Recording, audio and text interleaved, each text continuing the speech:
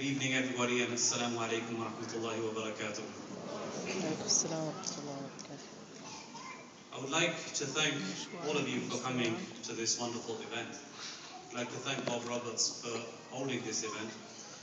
You could have been at home, relaxing and watching the Cowboys game. But after last week's shambolic performance,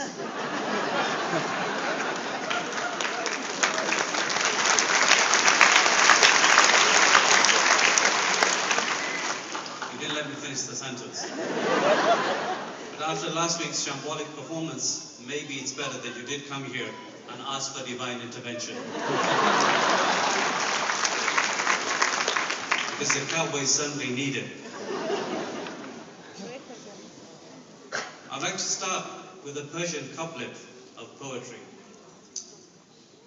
In Persian, Bani Adam a'zai yek pi karand, ke dar afarinesh zayek goharand. Chuazwi bedard award rozagar, digar uzwaha ranumand karar. Tokaz mehnat digarane bi ghami nashayat ke namat nahand admi. The translation of this beautiful Persian couplet is as follows. The sons of Adam are the limbs of each other, having been created of one essence. When the calamity of time affects one limb, the other limbs cannot remain at rest. If you have no sympathy for the troubles of others, you are unworthy to be called by the name of a human. This was written 8 centuries ago by a very famous Iranian Persian poet, Sheikh Saadi of Shiraz. And this poetry is actually still inscribed on the outside of the UN office building today. Our gathering here today is based on the understanding that even though we may disagree on some issues, we do share many things. First and foremost, we are brothers and sisters in humanity. We share the same problems, the same challenges, the same uncertainties. We are hurt, we feel sad, we sometimes worry, and sometimes we feel joyous. We cannot bear to see any type of suffering, whether that's in animals or in fellow human beings. We are fathers, we are brothers, sisters, husbands, wives, sons and daughters. Our children need to be reminded to clean their rooms, to do their homework, to play less video games, to eat less pizza, to drink less soda, and above all, respect their elders and be aware of God at all times. Our commonalities do not stop there. When we delve into the religious perspective, we will be surprised by the great number of beliefs we actually do share. The Quran goes into great detail in describing the virgin birth of Jesus. It talks about the miracles of Jesus, how he used to cure the sick, the blind, the lepers, and even how he brought back people from the dead, all with the permission of God. In short, the Quran says nothing but good about Jesus. It glorifies Jesus. As for the Blessed Mary, the mother of Jesus, she's the only woman mentioned by name in the Quran. Other women have been mentioned, but none by name. It is always the wife of Abraham, the wife of Lot, the wife of Pharaoh, etc. But Mary, she's mentioned specifically by name. And she even has a chapter dedicated to her. In fact, there's a whole chapter talking about her family, her parents, and how she was conceived after much longing on the part of her parents. The miracles and blessings that she experienced, and her relationship with God, and her relationship with her uncle Zechariah is also mentioned.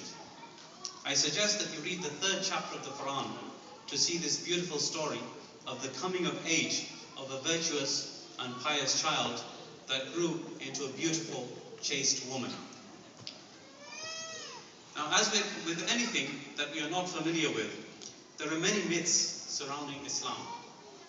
There are too many to mention in the short time that I have been given to speak today.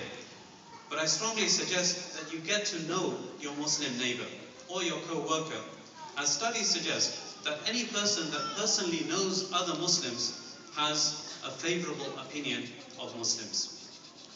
One of those myths that you may have heard is that Muslims are trying to impose Sharia or Islamic law in the United States. If you stop for a minute and think logically, you'll understand that it is impossible for this to ever come into existence, as Muslims are approximately 1% of the population of the United States. If anyone could have succeeded in bridging the gap between the state and religion, Christians, who are a majority in this country, would have done that years ago. But we've seen that courthouses throughout the United States have banned religious symbolism, like the Ten Commandments, from being displayed in federal and state buildings, based on the underlying principle that there has to be a separation between religion and state. So the question is, if the Constitution has resisted change from stronger faith groups in the last 300 years or so, how are Muslims going to instill Sharia law and then impose it on 99% of the remaining population? If you reflect upon this question with a cool and clear mind, putting aside some of the hype and the hysteria that is prevalent in this day and age, you will see that this is a baseless allegation with no proof to support it. Yet we see that the supposedly more intelligent amongst us, our politicians, are using this type of false propaganda to undermine peace-loving Muslims throughout the country.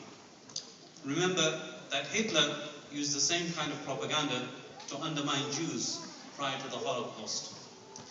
In fact, there is a deep misunderstanding of what Sharia actually is. The reality is that it is a personal implementation of God's law upon oneself, not the imposition of things on other people. When we pray, when Muslims pray, we are practicing Sharia. When we fast, we are practicing Sharia. When we eat halal, we are practicing Sharia. When we get married according to Islamic teachings, we are practicing Sharia. So bearing that in mind, I have some good news and some bad news. The good news is that we are already and have been practicing Sharia for many years on a personal level. It didn't negatively affect the lives of the people that are around us. You can still get bacon in your burger at McDonald's, and you can still buy a beer at your local 7-Eleven. The bad news is, again, that we are already practicing Sharia. But it's only bad news for those people that are not accepting of the otherness of the other. A lot of Texans, they regard anyone that is from outside the borders of Texas as foreigners, including Bob, I think.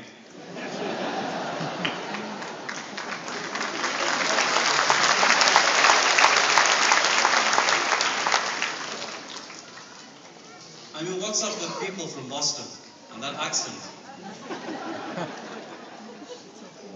And New Yorkers with their coffee, let alone a Muslim imam lecturing us in his snobby British accent. It's a good thing you didn't applaud that. We're not supposed to applaud. In fact, I want to let you know a secret. I know I'm going to sound like Forrest Gump, but I'm fixing my accent to sound more Texan.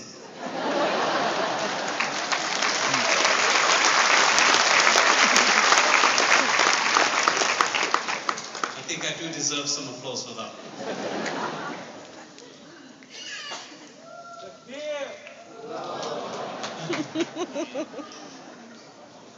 The reality is that unless we are native Indian, we are the other. The USA, the great nation, is a melting pot of many cultures, languages, and backgrounds. And that's what makes this country great. You may have heard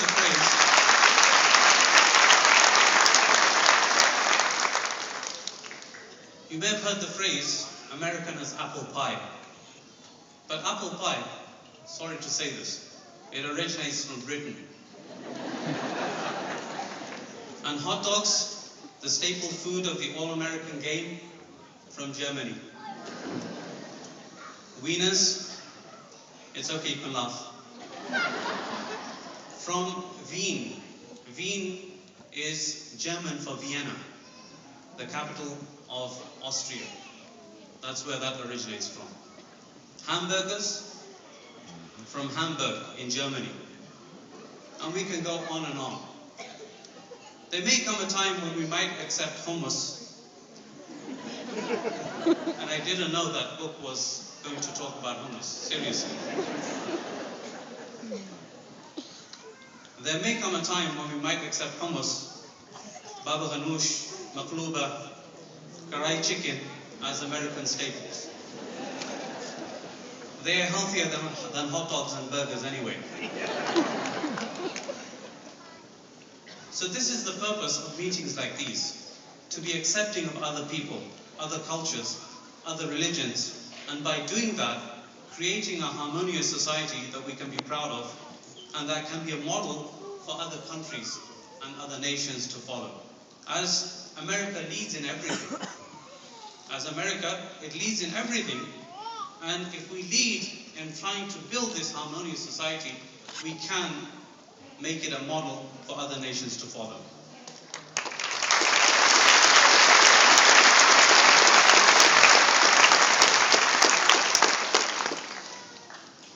I pray that this meeting can be the first step in attaining that goal. I thank you once again for inviting me and my community to your church. Thank you.